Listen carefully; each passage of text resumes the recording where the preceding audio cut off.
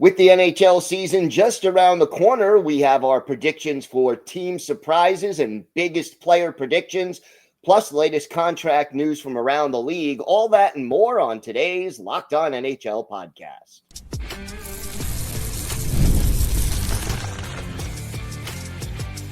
You're Locked On NHL, your daily podcast on the National Hockey League. Part of the Locked On Podcast Network, your team every day. Welcome, everybody, to the Friday edition of the Locked On NHL podcast. We are part of the Locked On Podcast Network, your team every day. I want to thank everyone who makes Locked On NHL your first listen every day. Don't forget to subscribe on YouTube or wherever you listen to podcasts so you never miss an episode. Today's episode is brought to you by FanDuel. Download the FanDuel app now by visiting FanDuel.com and win $300 in bonus bets if your first $5 bet wins. I'm Gil Martin of Locked On Islanders. I'm here every Friday with Rachel Donner of Locked On Flyers, and it's good to have you back, Rachel, after a week off. Happy Friday to you.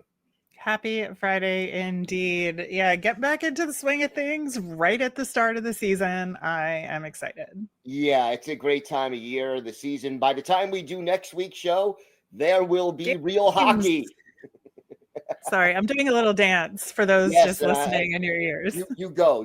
That's so, it's an exciting time. Everybody is undefeated. We're ready to start the new season. Love that clean slate. You've got to love that clean slate.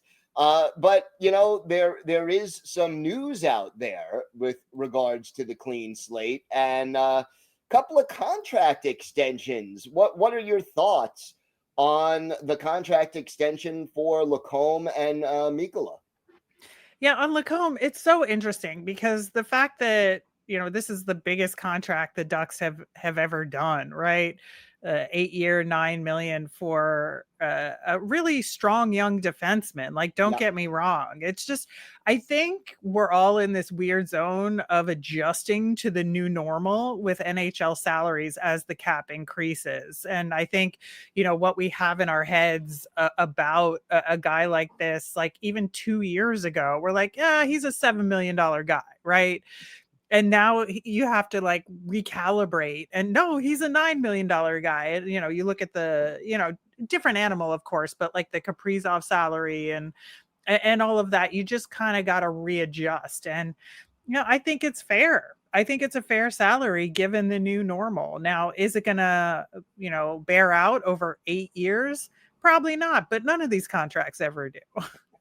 Well, it depends because you got to look at if the cap keeps going up 8 years from now, this could be a bargain. I mean, he could be an absolute steal in, 2032 when that contract is starting to wind down. So if the cap keeps going up and he performs to expectations, he may be the one who wants to renegotiate by the 6th year of this deal.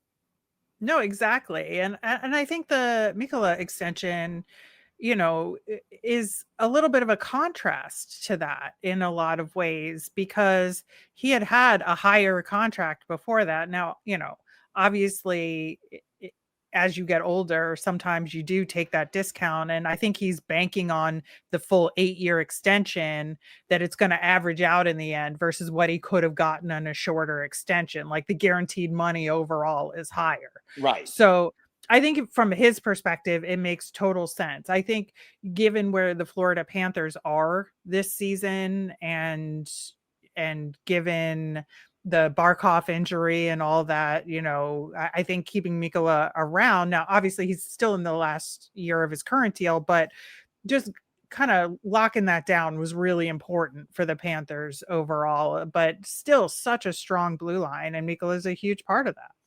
He is. And from Mikkola's standpoint, to have a 29-year-old player sign an 8-year extension, I mean, he's pretty much finishing out his career on this deal. Maybe he gets another 1-year deal at the end, but a big physical defenseman at 37, what is the market at that point? You never know, but it's a tough it's a tough thing to project even, I think, at this point.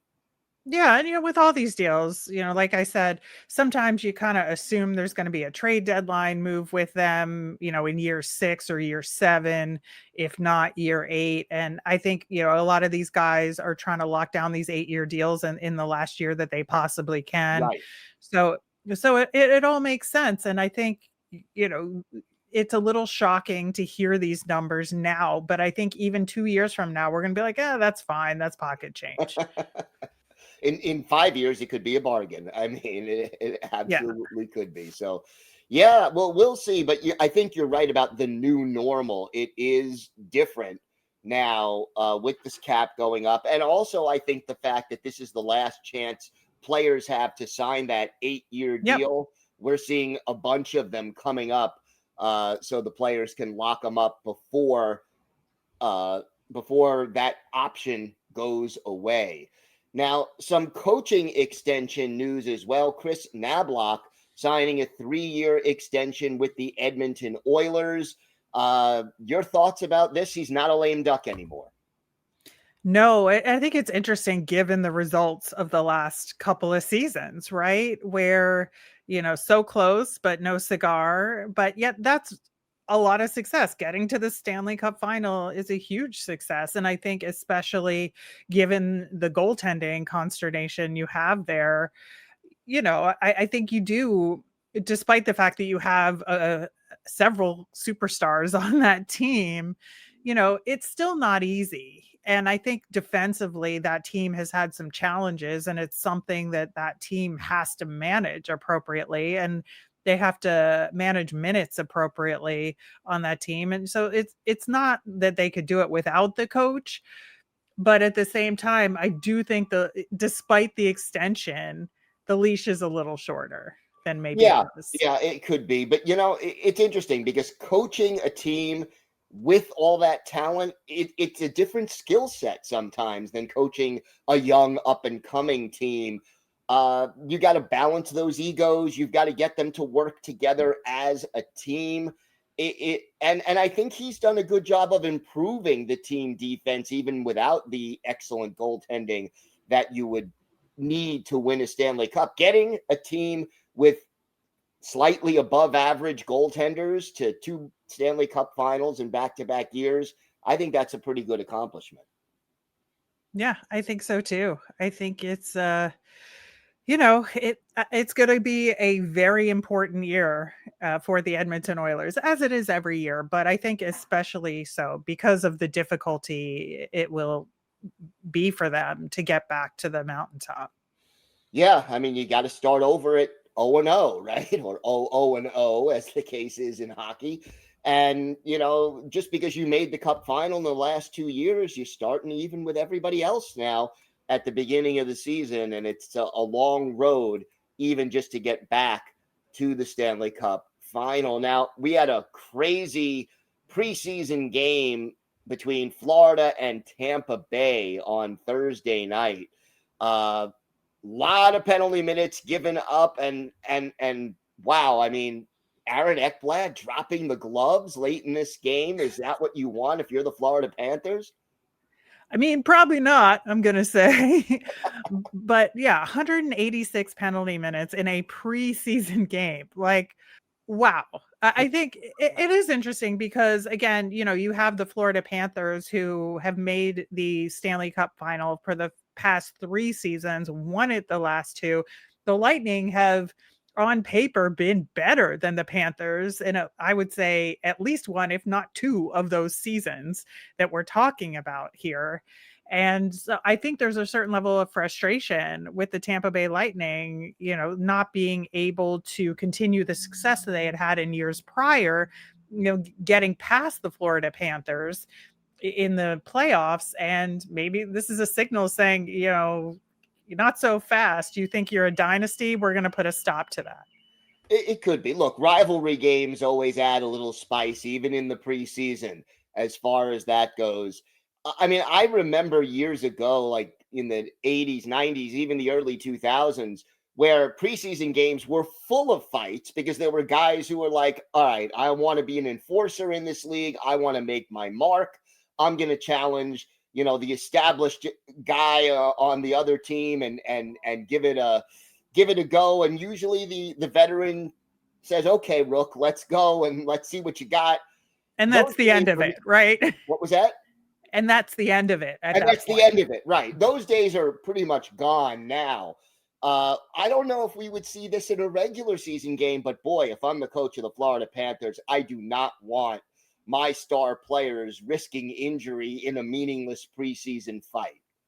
That is absolutely correct. But I'm looking forward to seeing if it, boils over into the regular season.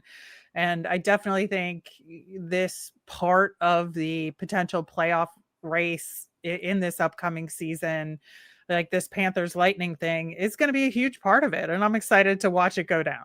Oh, yeah. It's going to be a great battle the whole way. And I love rivalries like that. I mean, it just makes it adds a little spice, shall we say, to a long season. And we'll see whether or not this does carry over into the regular season. Well, we have got a lot more to get to on today's show. We're going to take a look at the season ahead. What teams do we think will be surprises, both good and bad? And we'll have some bold player predictions as well. All that and more coming up on today's Locked On NHL podcast. Today's episode is brought to you by FanDuel. The NFL season is here, and FanDuel has an offer you don't want to miss.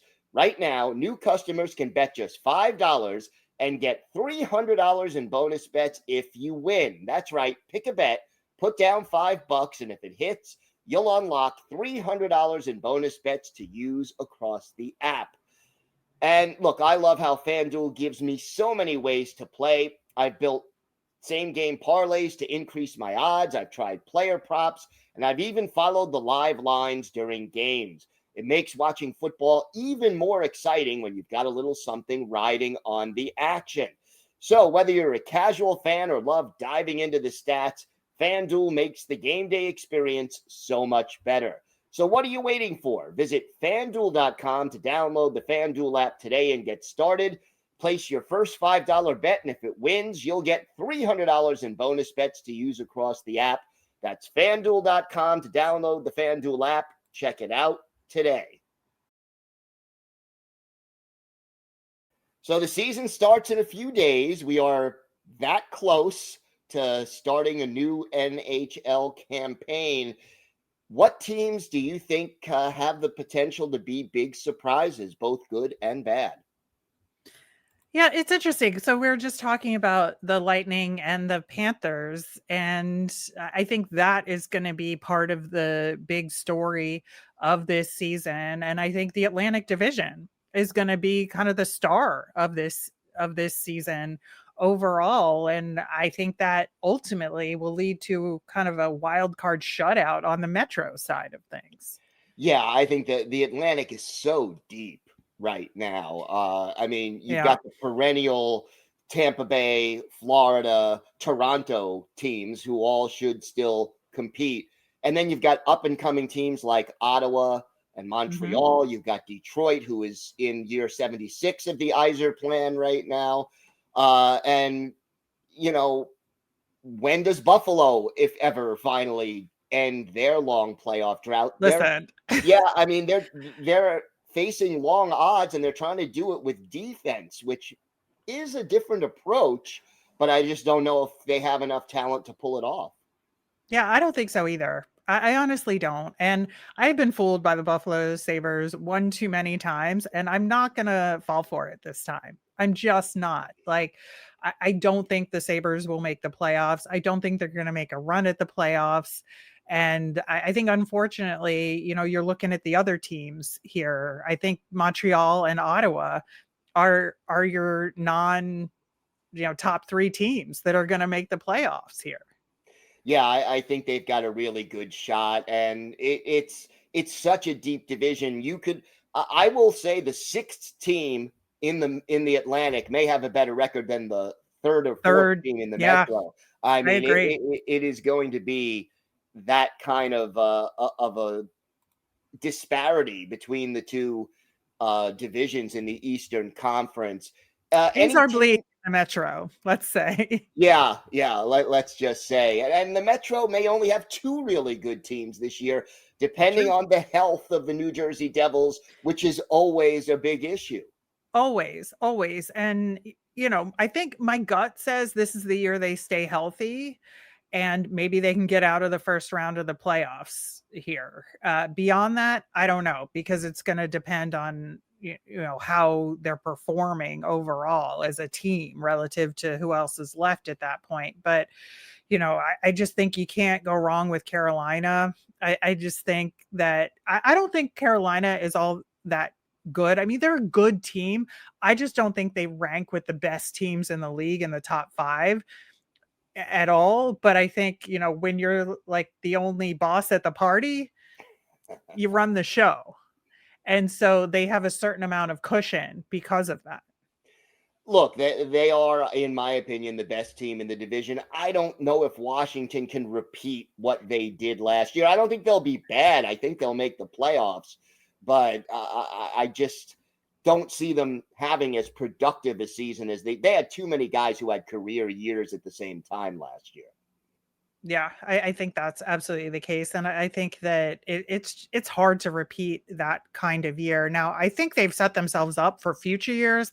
I think they're not ever going to hit rock bottom the way some teams do, because I think their drafting and developing is so quality that they just don't have that issue. But that being said, I think this is the one kind of lull year while we wait for some of their prospects to catch up and really come into their own. But they certainly have them in the pipeline. So they do. I'm not really worried if I'm a Caps fan at all, but you just kind of got to get through this year. And now it seems like every team, the Capitals have become the poster child for retooling on the fly. Right. But you have to draft as well as they do. And not many teams do that. That's the big difference here. No, it's true. How about out west? Do you have a pleasant surprise team that you think will make some noise out there? Listen, I have been a Winnipeg Jets apologist for these many years, and I keep trying to will them with, the force of nature alone to get past this roadblock that they have. And I'm going to continue to do that. I think that this is the year that I think people are sort of giving up on them and saying, they're never going to make it. And that's when they surprise you. And, Connor Hellebuyck, bless him, he's going to have a good playoffs this time around. And I think that the talent is there. I just think they have to put it together at the right time. And by God, this is the year they're going to do it. I hope so. I have really, it's been painful to watch them struggle in the playoffs, and Hellebuyck so good in the regular season. And then I think it's become a mental thing right now that he's got to overcome. Right. But no, I absolutely think so. We'll see if he can do it. How about Utah as a possible surprise team?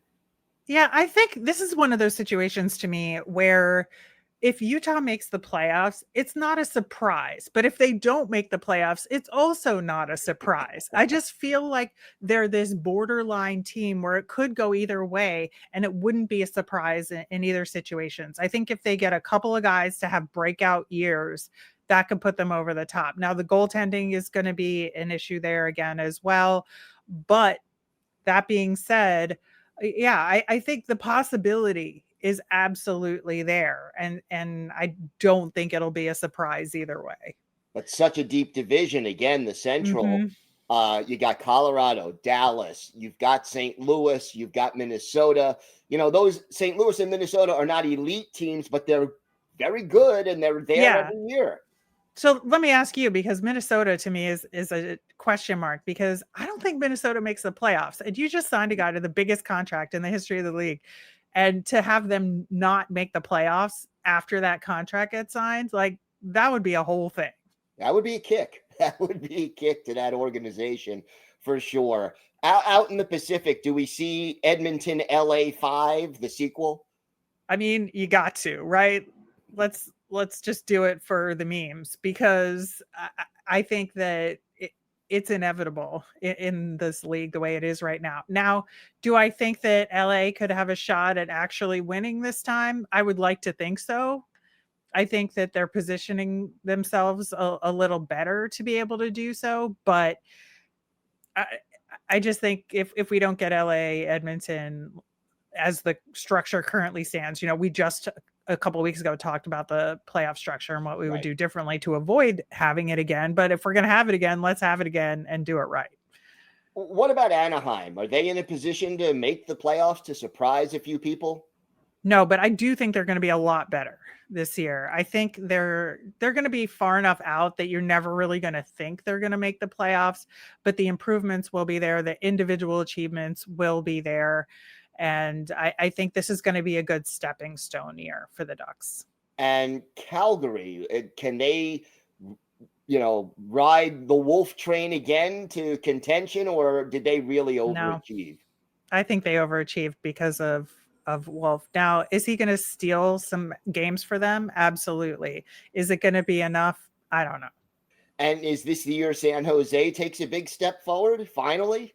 I think it's going to be similar to the Ducks, but maybe not as far, because I think their guys are just a shade younger and just need one more year to develop there. So I think they're going to be better, but it's just not a complete team yet. They have some really good individual pieces, but I just don't know that they can put it together as a team. Well, we shall see. That's what they played the season for, and it's going to be an exciting season ahead. We've got more to get to on today's show. We'll talk about some bold player predictions that we have. We've got that and more coming up on today's Locked On NHL podcast.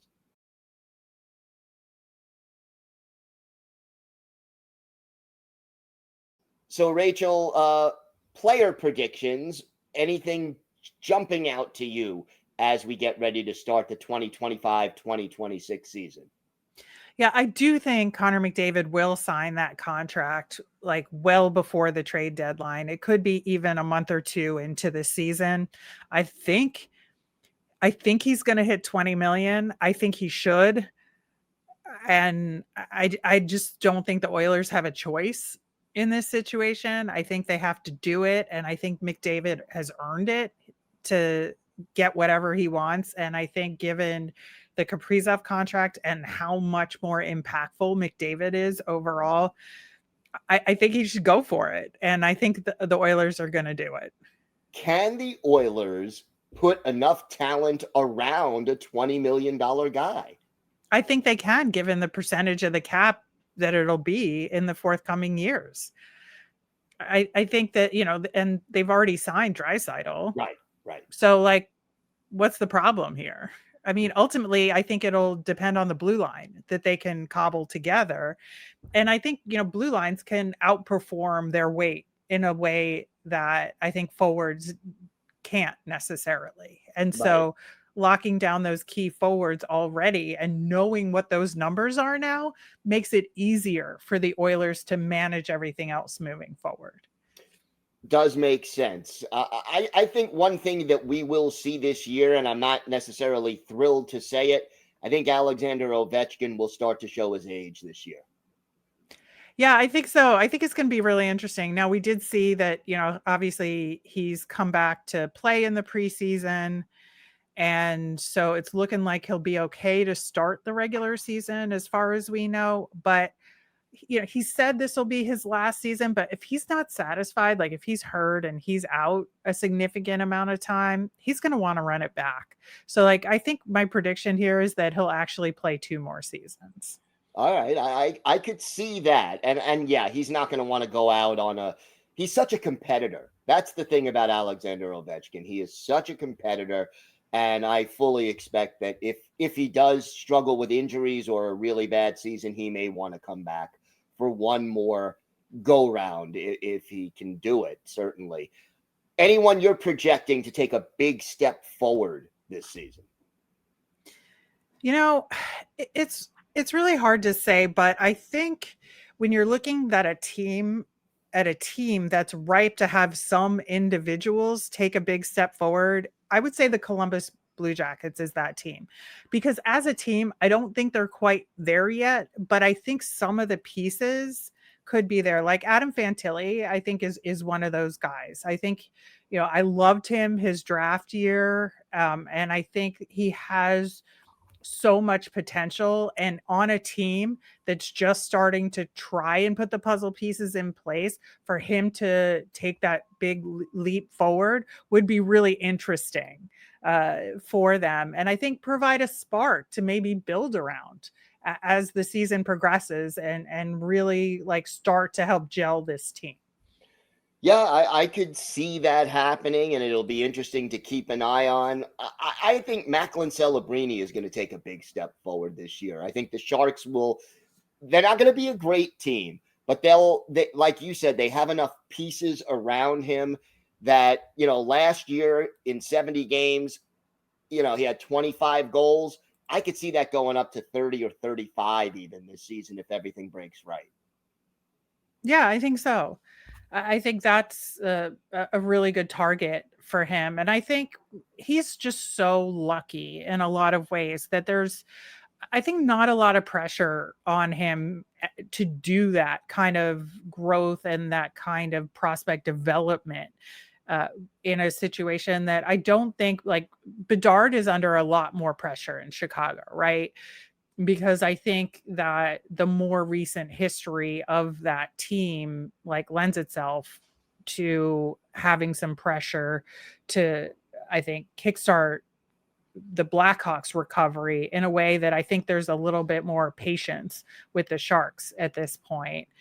And so he just has to go out there and play his game. Celebrini does. I just really think he'll have every opportunity to grow and learn, but do it in his own way without pressure to win overall as a team. Of course he wants to win, but I just think he's in the perfect environment for his development. It's a great little petri dish for him to grow and develop in. And Will Smith there being there too helps. It really does. Absolutely. There are other young players who are growing and developing along with him that, the focus is not only on him, whereas in Chicago, it's a very, very distinct focus on one player. Yep. Any players you think that are going to fall off this year in a surprising way? I hate to be like that. I don't want to wish like harm on anybody. Yeah. In that way, it's not like something that's helpful, but I mean, we didn't really talk about the Pittsburgh Steelers being kind of Pittsburgh Steelers. I got football in my brain since I just watched the game in Dublin, but the Penguins, I think I just don't see anybody but Crosby like coming through for that team this year. I just think like it's just going to be a wash of a year, and Sidney Crosby's actually going to benefit from that in a lot of ways because he'll get a lot more of the scoring like he did this past year. And I think it's going to kind of be a repeat of that. But I do think that, like we're just not going to see a lot from the Pens. Do you think they are possibly the team that is at the bottom of the standings at the end of the year? Could absolutely be, which would be wild to think about, and heartbreaking for the two of us in terms of the potential first overall pick in the McKenna sweepstakes. But we're not gonna doom scroll about that at this point. We're not. I mean, the Penguins getting a third generational talent potentially. That hurts. Potentially, yes, it could be painful, but it's going to be a very interesting season, and we are going to look forward to it for certain. And like I said, by the time we do this show next week, there will be real games to talk about, and the season will be underway. I want to talk about the first coach fired, because that's always a good conversation to have. I do think it's going to be Andrew Brunette in Nashville. I just think they're not going anywhere. Now, the more interesting first coach fired would be either Ryan Huska in Calgary or the aforementioned Kris Knoblauch in Edmonton, just because they both got extensions recently. I think Huska has the higher chance of getting fired. And I don't think he's the first guy to get fired because, again, they just signed him to extension. So they're going to give them a little bit more of a lead time there because they don't want to kind of undermine themselves as being able to recognize good coaching talent from a management perspective. But it's possible. It's possible. Either of those teams. I think Brunette is the more likely candidate, in part because Barry Trotz is going to want to give himself a little bit more time, perhaps, after so many of his moves, unfortunately, because I am a big Barry Trotz fan. But as a GM, all of his moves last year just seemed to blow up in his face, unfortunately. Yeah, I absolutely think so. But that's always a fun thing to keep an eye on. It is. Well, I want to thank you for making Locked On NHL your first listen every day. For your second listen, go find Locked On Fantasy Hockey. Steele Roden and Flip Livingston provide daily fantasy tips to give you the edge over your league mates, all while making you a smarter hockey fan. Find Locked On Fantasy Hockey on YouTube or wherever you listen to podcasts. It's part of the Locked On Podcast Network, your team every day. Rachel, I know you will be back tomorrow with Erica Eliala to do the women's hockey report, so we're looking forward to that. I will be back on Monday with three of our local hosts talking about the biggest stories from around the league. Have a great weekend, everybody. Stay safe, and thanks for listening to and watching the Locked On NHL Podcast.